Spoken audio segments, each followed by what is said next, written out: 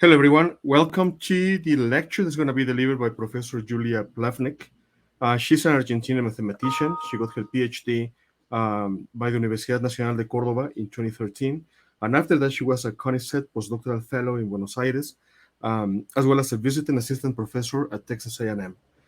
Currently, Julia is the Charlotte Ann Griffin Assistant Professor of Mathematics at Indiana University in Bloomington, the United States of America. She's involved with the Indiana University Quantum Science and Engineering Center.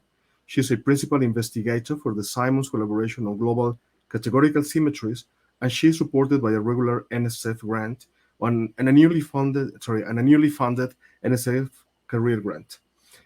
Julia's talk is entitled Algebraic Framework for Topological Quantum Computing. Please let us welcome Professor Plavnik. Thank you very much for being here, Julia. I'll pass it on you. Thank you so much, Salvador. Muchas gracias. Muchas gracias, Salvador, por la invitación y a todos los organizadores por este gran evento. Estoy muy feliz de compartir con la comunidad Quantum de Latinoamérica. Les voy a contar un poco sobre la Fundación Matemática, y aquí yo debería hacer un pequeño comentario más preciso. Va a ser una fundación más bien algebraica para computación cuántica topológica. Y suena un poco gracioso porque, bueno, topología es otra área de matemática. Yo, les voy a contar un poquito de mí antes de empezar con matemática. Como decía Salvador, soy una matemática argentina, soy de Córdoba, de Argentina, y he estado en varios lugares. He estado en Córdoba, en Holanda, en Utrecht, hice un máster ahí, después en Buenos Aires, volví a Córdoba, College Station, fue donde más me acerqué a esta parte de computación cuántica topológica, y bueno, y ahora estoy en Bloomington. Mi camino matemático empezó de muy algebrista, por eso digo que, tengo que decir que esto va a ser una presentación más desde el lado del álgebra, pero va a incluir otras áreas también, y por eso puse una fundación matemática en general. Soy un algebrista, estudio estas álgebras no conmutativas que se llaman Hopf álgebras o álgebras de Hopf, y estudiando esto empecé a unirme al mundo de las categorías tensoriales, que son un buen modelo matemático para estudiar, o un buen matemático para estudiar las simetrías cuánticas. Y acá entra sus aplicaciones a la física, y en particular a modelar fases de la materia topológicas, y por eso son útiles para estudiar problemas en computación cuántica topológica. También me interesan otros tipos de problemas que ahí escribí algunos, como cohomología, que son ciertas obstrucciones, ciertas cosas, como invariantes de nudos, y esto aparece bastante al estudiar estas categorías modulares relacionadas a la computación cuántica, todo esto de los nudos y los links también. Categorías de altas dimensiones, y algo que también aparece mucho en esto de computación topológica cuántica, y otro lado de la misma moneda, u otra cara de la misma moneda de las categorías modulares, son las TQFT o Topological Quantum Field Theories. Ese es el lado más topológico. Acá, escribo que me gusta la física, me interesa la física, pero estoy lejos de ser una física. Colaboraciones, y sobre todo con esta nueva colaboración de la Simons Foundation, con físicos y simetrías categóricas, estudiamos modelos para fases topológicas de la materia y quantum field theories. Son algunos de los temas que me interesan.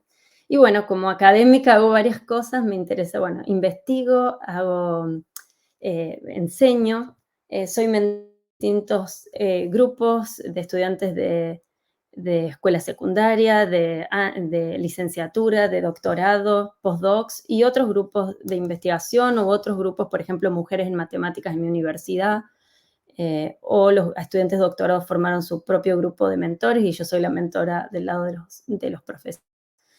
Me interesa mucho organizar actividades de distintos tipos, me encanta la divulgación, me encanta todo lo que sea interdisciplinario.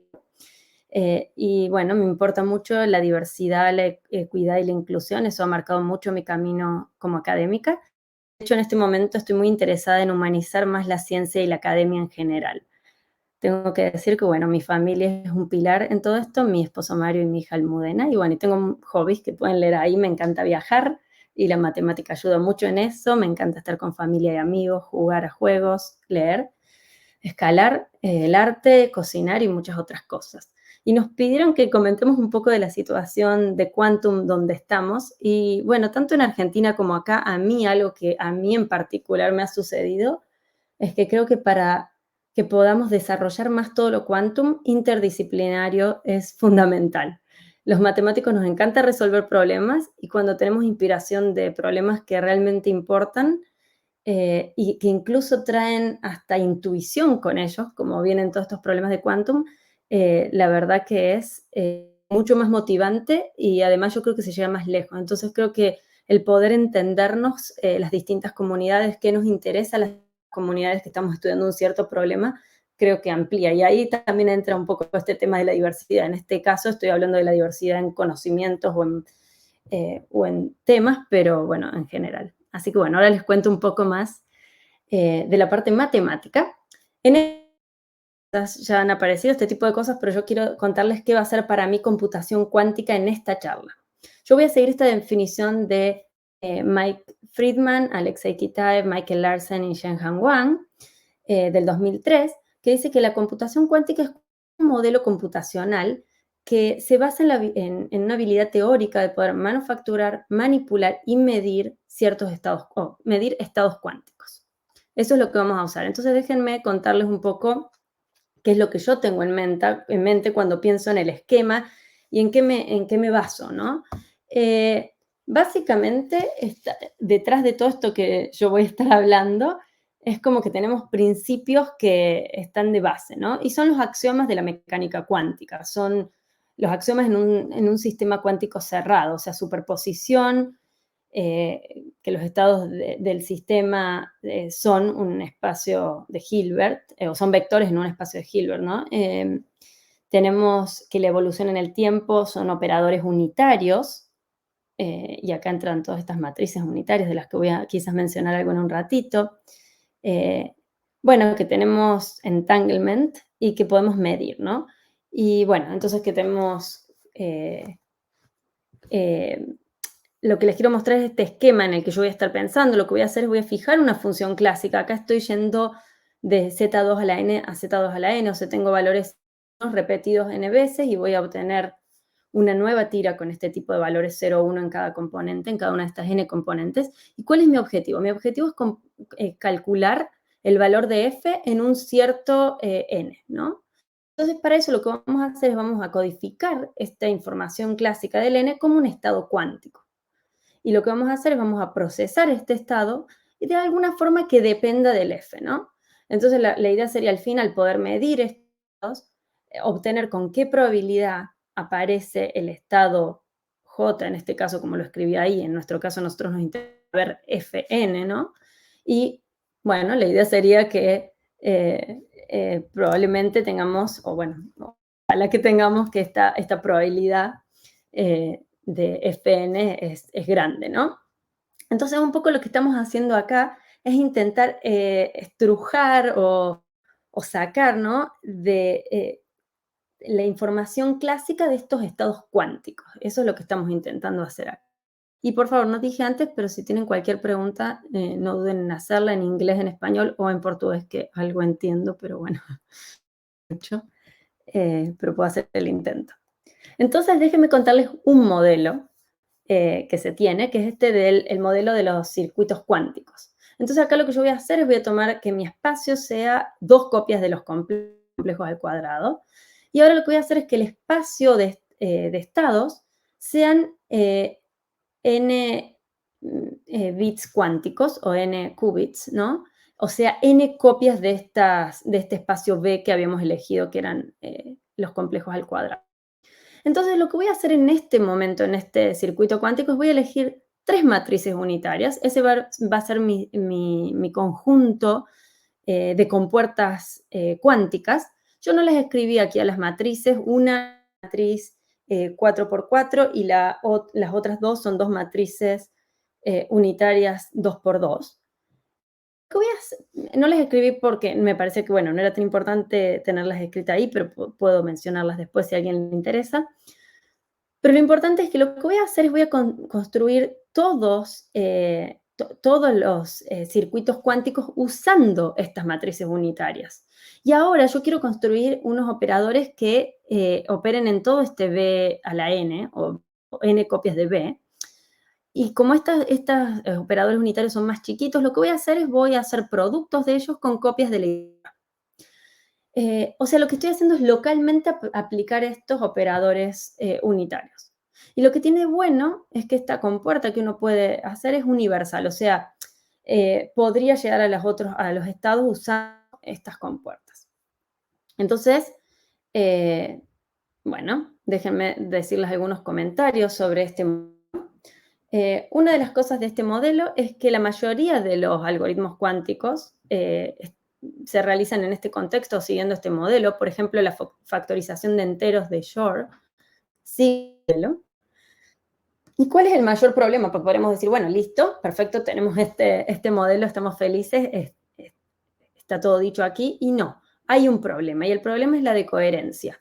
¿Y esto qué quiere decir? Que hay muchos errores que vienen por la interacción con los materiales que están alrededor, o sea, el ruido de las cosas alrededor. Y eso es costoso al nivel de corrección de errores. Entonces, se distintas respuestas para este problema y una respuesta es usar topología, que es un área de la matemática, y eso voy a contar un poco ahora y cuál es el punto de vista algebraico de esto, ¿no? Entonces, la idea es que vamos a codificar nuestra información de una manera más global.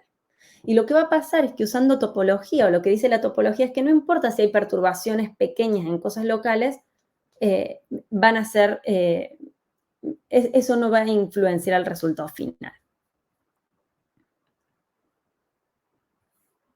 Entonces, bueno, este chiste o este título es un poco más divertido en inglés, por eso lo escribí en inglés también.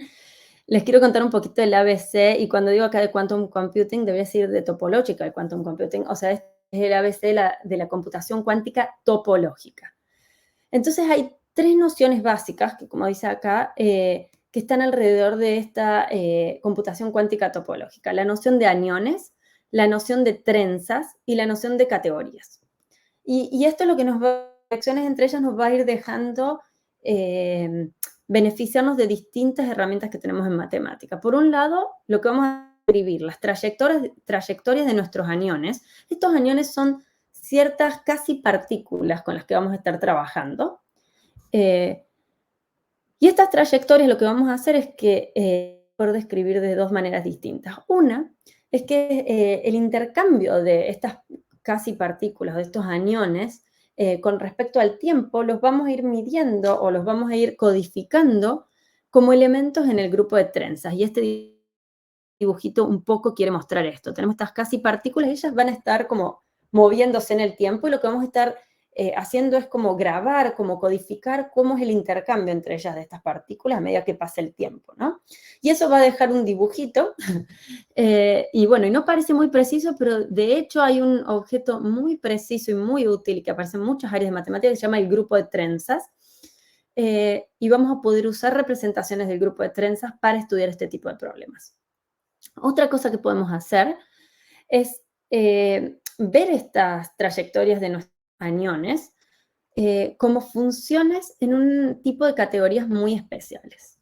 ¿Qué son categorías? Voy a decir así muy por encima. Hay gente que dice que las categorías son la matemática de la matemática. Bueno, como lo que hacemos es intentar abstraernos y ver un poco más de lejos ciertas cosas. Entonces lo que vamos a hacer es vamos a tener ciertos objetos. La teoría, lo que vamos a hacer para estudiar los objetos es entender cómo son las flechas entre ellos también. Que esto es lo que hacemos en general en matemáticas. Si estudiamos, por ejemplo, variedades, queremos estudiar los mapas que preservan esta propiedad. Y en este caso la propiedad es que sean diferenciables las variedades, entonces estudiamos ese tipo de mapas. O si estudiamos espacios topológicos, nos importa cómo se portan las cosas en espacios locales, cerquita de ciertos puntos, entonces estudiamos funciones continuas en todos estos espacios topológicos. Si estudiamos espacios vectoriales, nos interesa la linealidad, entonces estudiamos transformaciones lineales entre los espacios vectoriales. Bueno, y así hacemos. Y este tipo de cosas se llaman categorías. Ahora bien, las trayectorias de los aniones son ciertas categorías que tienen muchísima estructura y que se llaman categorías modulares. Y yo les voy a explicar un poquito más de eso y en eso se centra mucho de mi investigación. Entonces, acá les quiero mostrar a través de esta imagen un poco la traducción entre el lado más computacional y el lado más físico.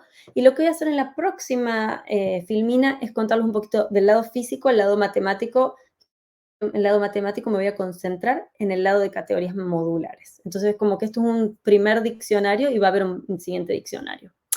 Entonces, la idea es que cuando estamos haciendo estamos en el lado computacional, lo que queremos es inicializar el sistema. Desde el punto de vista físico, lo que vamos a hacer es vamos a empezar con el vacío y vamos a crear aniones. Estos aniones siempre se crean en pares. Acá, como lo están viendo, se crean en pares. Después, ¿qué vamos a hacer? Vamos a aplicar ciertas compuertas. Vamos a calcular, digamos. Para hacer eso, desde el lado físico, lo que vamos a hacer es vamos a codificar estas compuertas como ciertas trenzas. Vamos a intercambiar estas casi partículas, estos aniones. Y después lo que queremos es obtener el resultado, queremos realmente obtenerlo. Y del lado físico lo que vamos a hacer es vamos a hacer una medición y queremos ver con qué probabilidad tenemos de obtener el vacío de nuevo. ¿Con qué probabilidad obtenemos el vacío? Entonces vamos a medir esa probabilidad y lo que se hace es se fusionan estos aniones, aniquilan de una manera. Así como los creamos, los podemos aniquilar. Y ese es el proceso que estamos haciendo en el lado físico. Ahora, ¿cómo esto lo traducimos? O una forma de traducirlo del lado matemático. Hay otra forma, yo que estoy haciendo un diccionario, una forma más bien algebraica, lo podremos hacer desde un lado más topológico y eso serían estas Topological Quantum Field Theories o teorías de cuerpos topológicas. Bueno, entonces, si tenemos un sistema aniónico, lo que podemos hacer es como ver el tipo de estos aniones. No solo los aniones en sí, pero sino qué tipo de aniones son cada uno. Esto en una categoría modular se llama ver cuáles son los objetos simples. Los objetos simples ustedes lo tienen que pensar como que son unos bloques fundamentales con los cuales nosotros podemos construir cualquier otro bloque que nosotros tengamos, cualquier otro objeto en nuestra categoría. Nuestra categoría modular es una categoría que tiene básicamente dos estructuras que se portan bien entre ellas. Una suma. Esta parte está más relacionada a estos objetos simples. Lo que hacen es, a través de sumas, yo puedo crearme cualquier otro objeto. Eso es lo que pasa. Entonces, estos son como los objetos fundamentales con los que vamos a trabajar. Otra cosa importante que vimos recién cuando estábamos viendo el lado más físico era la fusión de los aniones. Y eso, en el lado categórico, se ve como esta otra operación, que es el producto tensorial. Los puedo hacer producto y ahora ya no tengo por qué obtener otro anión de estos simples u otro de estos tipos de aniones, sino que lo que voy a obtener es una superposición. Voy a obtener, lo puedo ver como una suma de ellos. Lo puedo poner como una suma de estos simples. Después, bueno, como les había dicho, empezamos con el estado vacío, con el estado B, y esto, lo que estamos diciendo del lado categórico, del lado matemático, es que este producto, esta fusión, tiene una unidad. Esa unidad es como lo que juega el rol del estado vacío, del estado base, en el lado físico. Bueno, esto yo no lo mencioné, pero siempre que estamos en este sistema aniónico tenemos una antipartícula. Se ve en el lado matemático como un dual. Y todo esto, si ustedes se acuerdan algo de espacios vectoriales, lo pueden ir pensando en analogía con espacios vectoriales. La aniquilación y creación, que eran para crear y para medir, lo podemos ver como evaluación y como coevaluación, que son mapas que están relacionados con este dual. Y por eso mis partículas, cuando yo las creo, o mis aniones, siempre los creo en pares. Los creo como el anión y el tipo dual. Eso es lo que está haciendo la creación. Que acá sería la coevaluación. Lo otro que tengo que hacer, ¿se acuerdan? Era lo de aplicar mis compuertas, lo de las trenzas. Y eso es una trenza, también se la llama así, es un mapa que hace que mi producto tensorial, mi producto que tengo acá, sea conmutativo. Y eso se llama trenza. Y bueno, estos dos son otros dos datos que nos parecen muy importantes. Uno son los observables, y eso hace una matriz que tengo que se llama la matriz S y que codifica cómo se comporta esta trenza, sea una matriz invertible. Y después, bueno, el spin topológico va a ver como twist en la categoría. Pero bueno, no voy a adentrar en esto, pero lo que quiero decir es que mis categorías modulares tienen asociadas dos matrices muy lindas, una que se llama S, que es invertible, y una matriz T, que es una matriz diagonal.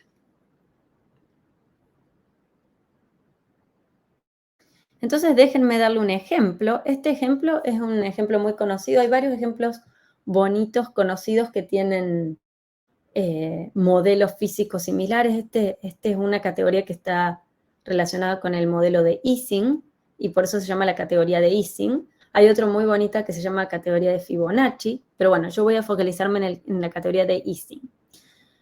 Le vamos a llamar I, y yo acá escribí el rango. ¿Qué es el rango? Es cuántos tipos de aniones tengo, es cuántos objetos simples. En este caso, esta categoría tiene solo 3, o sea, estamos en algo chiquito.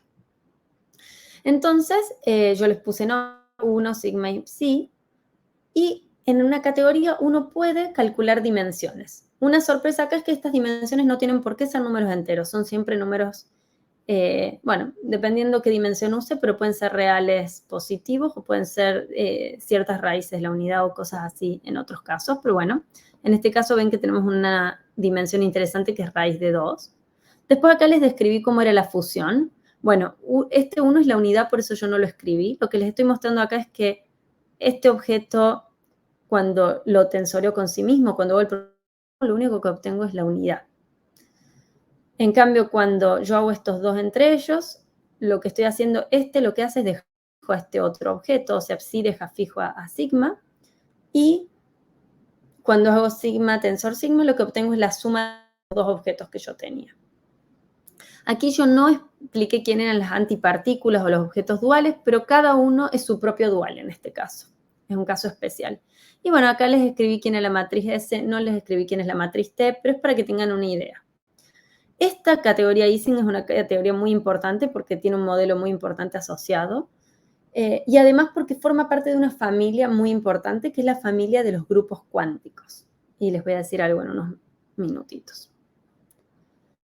Lo que quería decirles ahora era qué tipos de problemas matemáticos estamos estudiando, o algunos, no son todos, y algunos de estos son los que yo estoy estudiando en mi programa de investigación. El primero, bueno, es encontrar un modelo algebraico para fases topológicas de la materia, porque estas fases topológicas de la materia serían las que se usarían para construir esta computadora cuántica topológica. Esto ya es más un nivel de hardware, no de software, sino de hardware. Entonces estamos buscando o sea, se están buscando materiales, y los materiales, bueno, que se están buscando relacionados con estas fases topológicas de la materia, ¿no? Acá tengo la palabra bosónico, que, bueno, está un poco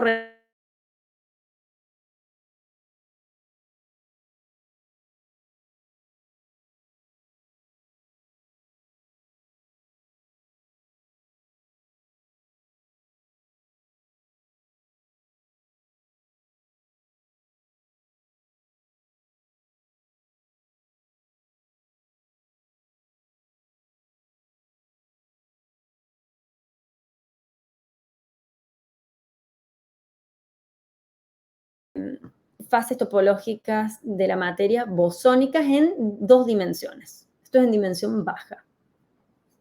Pero ¿qué tipo de problemas entonces ahora queremos estudiar? Uno es intentar clasificar estas fases topológicas de la materia. ¿Cómo lo hacemos? A través de intentar clasificar estos objetos algebraicos, clasificar categorías modulares. Cuando digo clasificar, ¿qué quiero decir? Por ejemplo, yo les había contado que tenemos este número de objetos, tenemos los objetos simples. Entonces, un número asociado a la categoría es cuántos objetos simples tiene, como Ising, que tiene 3. Eso se llama el rango. Entonces, por ejemplo, una pregunta es, ¿cuáles son todas las categorías modulares que tengan rango 3? ¿Está Ising sola o hay otras? Bueno, en ese caso hay otras. Rango 3 se sabe. Pero básicamente es eso, es intentar enlistar todas las categorías modulares que cumplan cierta característica. Lo que estamos en el sueño es como tener una tabla periódica de estas categorías modulares. Para poder tener una tabla periódica deberíamos entender cuáles son los datos asociados a esta categoría que la caracterizan. Entonces, algunos datos que nos interesan cuando construimos esta tabla periódica es el número de los objetos simples, que es el rango, la dimensión de la categoría, bueno, el C es la categoría que estoy estudiando, estas matrices S y T, que se le llama data modular, y después las reglas de fusión o las matrices de fusión, que yo les puse matrices N y J, K, acá. Esos son algunos datos. Realmente de la S y la T uno puede obtener todos los otros datos que acabo de mencionar, pero bueno, a veces queremos clasificar teniendo ciertos datos y no todos, porque bueno, tener más datos a veces es más difícil. Y ahora les voy a contar en un minuto cómo vamos con eso o qué se está haciendo. Otras cosas que nos interesa hacer es interpretar ciertas preguntas que, por ejemplo, son interesantes para teoría de la información cuántica. Una de esas preguntas es la universalidad. Capaz lo estoy diciendo mal. Universalidad, perdón. Y la idea sería entender si alguno de estos datos de la categoría me puede decir si el sistema que voy a obtener es universal o no. En el sentido que estábamos hablando antes de que voy a poder obtener todos los estados que yo quisiera, ¿no? Y esa pregunta está relacionada y hay una conjetura de varios años con la dimensión de la categoría. Hay una conjetura que dice que va a ser universal si solo si la dimensión no es un número entero. Eso todavía no se sabe, pero muchos de los ejemplos, en todos los ejemplos que conocemos es verdad, pero bueno, todavía estamos trabajando en esa pregunta. Esa conjetura es una conjetura de Eric Rowell, de hace bastantes años ya, 12, 13, 15 años, no sé. Y otra de las direcciones que estamos, y estas son solo algunas, otras de las direcciones que estamos estudiando es, por ejemplo, entender si se puede generalizar esto, el modelo algebraico, en vez de estar en 2 dimensiones, a dimensiones mayores. ¿Por qué acá estábamos en 2 dimensiones? Porque lo que hacíamos era imaginarnos estos aniones, estas casi partículas como puntos, que sean cosas que luzcan como puntos, o sea, partículas que luzcan como puntos. Y para eso el modo correcto de entenderlo sería en 2 dimensiones. En más dimensiones empieza a ser menos interesante. Pero entonces, para poder subir dimensiones, lo que vamos a hacer es imaginarnos que en vez de las partículas lucir como puntos, pueden lucir como anillos. Por eso les puse este dibujito con los aros o argollas que larga el delfín cuando está haciendo ahí este juego. Entonces, bueno, se estudia, eso es algo que estudiamos. Entonces, en vez de estudiar ahora el grupo de trenzas, lo que lo va a describir a las trayectorias de nuestras partículas va a ser otro grupo. Y bueno, y ya casi terminó. Esta es mi última. Entonces les quiero contar algunos resultados que tenemos. Bueno, el programa de clasificación es un programa muy activo que viene desde hace muchos años, 15, 20 años. E igual esta es toda una teoría que está muy joven, o sea, parece mucho 20 años, pero imagínense que para una teoría matemática es muy joven. Entonces clasificamos por el número de objetos simples y tenemos resultados, pero nada más se sabe clasificación hasta 6 objetos simples, a menos que le agreguemos condiciones y ahí podemos subir un poco más.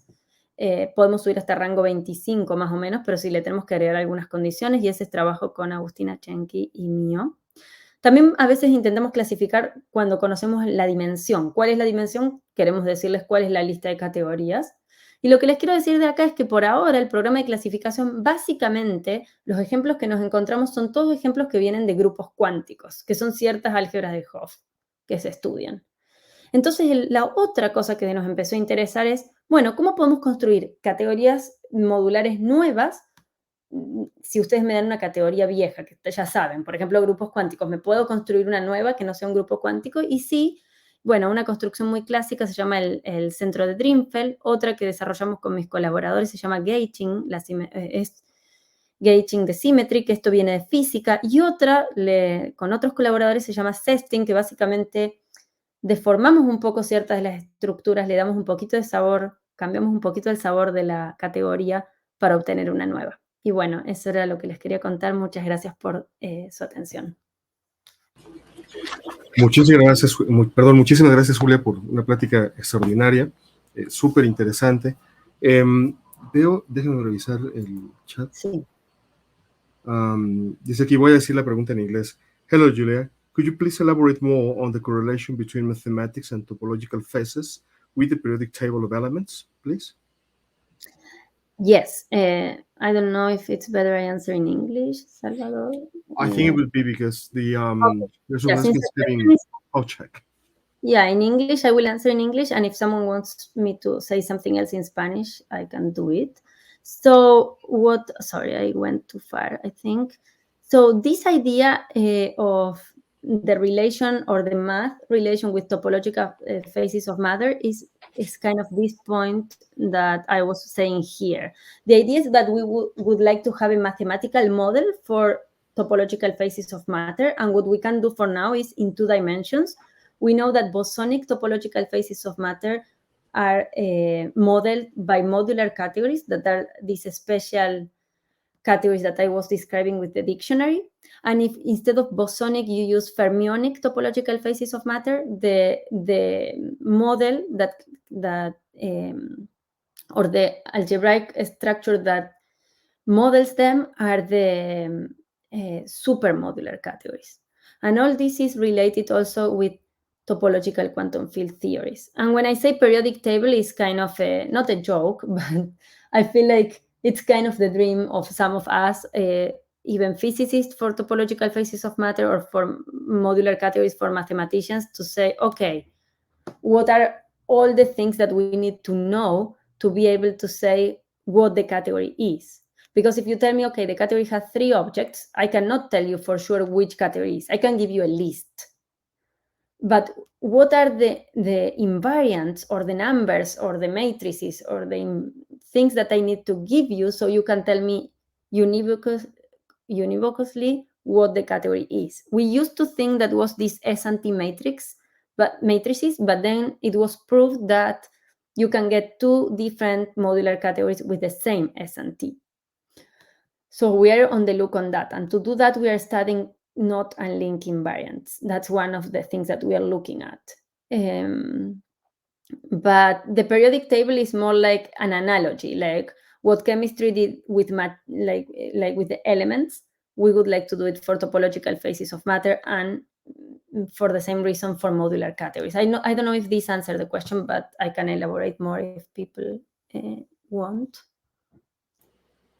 I think it fulfills what's required. Well, time is up for your talk. Thank you very much indeed for sharing all the great things you're doing in your group, in your lab, and let us stay in touch. Muchas gracias por la invitación. Muchas gracias por la atención. Thank you so much, and it's a pleasure to be here. It's an honor. Gracias a ti, Julia. Que te vaya muy bien. Muchas gracias. Muchas gracias. Hasta luego.